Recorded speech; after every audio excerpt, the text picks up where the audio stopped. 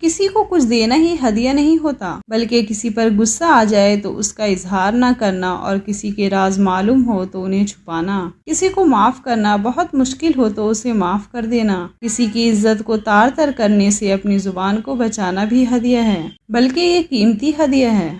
دعا ایک امید ہے، دعا ایک یقین ہے، دعا ایک بھروسہ ہے، دعا ایک وسیلہ ہے، دعا ایک حوصلہ ہے، دعا ایک محبت ہے۔ دعا مانگنے والا اپنی پریشانیاں اور مشکلات اللہ کے حوالے کر دیتا ہے۔ جب اپنی پریشانیاں اللہ کے حوالے کر دیتا ہے تو وہ ضرور پریشانیوں سے نکال دیتا ہے۔ وہ ماں سے بھی 70 گنا زیادہ پیار کرتا ہے۔ کیسے آپ کو یا مجھے پریشانی میں دیکھ سکتا ہے؟ پریشانیاں کبھی کبھی اس لیے آتی ہے تاکہ ہمیں اللہ یاد آتا رہے۔ وہ ہمیشہ انتظار کرتا ہے کہ میرا بندہ میرے پاس لوٹ آئے۔ اللہ سے دعا ہے ہم سب کی پریشانیاں، بیماریاں، تنگ دستیاں دور فرمائے، آمین۔ ہمیشہ خوش و آباد رہیں اور میرا کریم رب آپ کو کسی کا محتاج نہ کرے، آمین۔ اے کن فیکون پہ قادر اللہ، جتنے بھی دل، جتنے بھی صبر، جتنی بھی آنکھیں، جتنے بھی آنسو، جتنی بھی التجا، جتنی بھی امیدیں، جتنی بھی یقین آپ کے کن کے منتظر ہے، میرے اللہ سب کے حق میں بہترین فیصلے فرما، سب کے دلوں کو مطمئن کر دیجئے، سب پر نظر رحمت فرما دیجئے، آمین۔ جب کسی کو عدالت میں پیش کیا جاتا ہے تو وہ نہیں بولتا، اس کا وکیل بولتا ہے۔ اس لیے جب آپ کو زندگی میں کبھی لگے لوگ آپ کو پریشان کر رہے ہیں، آپ کی دل آزاری کر رہے ہیں، تو کٹہرے میں آپ کا وکیل آپ کا رب ہوگا۔ آپ خاموش رہیں اور سوچو، جس شخص نے اللہ پاک کے ہر فیصلے پہ سر جھکانا سیکھ لیا اور صبر کر لیا، اسے پھر دنیا کی کون سی چیز توڑ سکتی ہے؟ بس لوگوں کا ڈر ختم ہو جاتا ہے اور ان کی باتیں دکھ نہیں دیتی، کیونکہ تب دل یہ سوچ کر مطمئن ہو چکا ہوتا ہے کہ اللہ پاک کافی ہے۔ میں نے اپنی زندگی میں کئی سبق سیکھے، مگر جس سبق نے میری زندگی بدل دی وہ ہے دستبرداری۔ دنیا کی ہر شے سے دستبردار ہو جاؤ، سکون پالو گے۔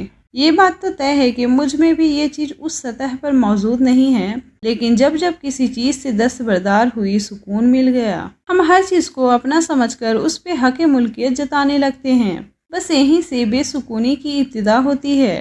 ہم تو خود بھی اپنے نہیں، پھر کوئی چیز ہماری ملکیت کیسے ہو سکتی ہے؟ ہماری تخلیق کا اصل مقصد بس اخلاص و محبت کے ساتھ اپنے فرائض کی ادائیگی ہے۔ پرسکون زندگی گزارنے کے لیے یہ بہت ضروری ہے کہ آپ یہ سیکھ جائیں کہ زندگی میں آپ کو کب کب اور کہاں کہاں چپ رہنا ہے۔ گلے شکوے زندگی سے سکون کو ختم کر دیتے ہیں۔ جو گزر گیا اسے بھول جائیں، جس نے دکھ دیا اسے معاف کر دیں، جس کو معاف نہیں کر پا رہے اس کا معاملہ اللہ پہ چھوڑ دیں، یوں آپ پرسکون ہو جائیں گے۔ اگر اللہ وہ چیز لے سکتا ہے جس کے کھونے کی آپ نے کبھی توقع نہیں کی تھی، تو وہ ان کی جگہ ایسی چیز دے سکتا ہے جس کا آپ نے کبھی تصور بھی نہیں کیا ہوگا۔ سب سے بڑا تحفہ جو آپ کسی کو دے سکتے ہیں وہ ہے آپ کا وقت، آپ کی توجہ، آپ کی محبت، آپ کی فکر، آپ کی چاہت، آپ کا احساس، ایک مسکراہٹ اور دل سے کی گئی دعا۔ کنول کا پھول کہنے کو تو کیچڑ میں کھلتا ہے، مگر چونکہ اللہ نے اسے پاکیزہ رکھا ہے اس لیے وہ کیچڑ میں رہنے کے باوجود پاکیزہ ہے۔ سوچنا چھوڑ دیجئے کہ دنیا آپ کے بارے میں کیا سوچتی ہے، ہاں مگر یہ دھیان ضرور رہے کہ اللہ تبارک و تعالیٰ کے نزدیک آپ کیا ہیں، کیچڑ یا کیچڑ میں کھلا ہوا پھول۔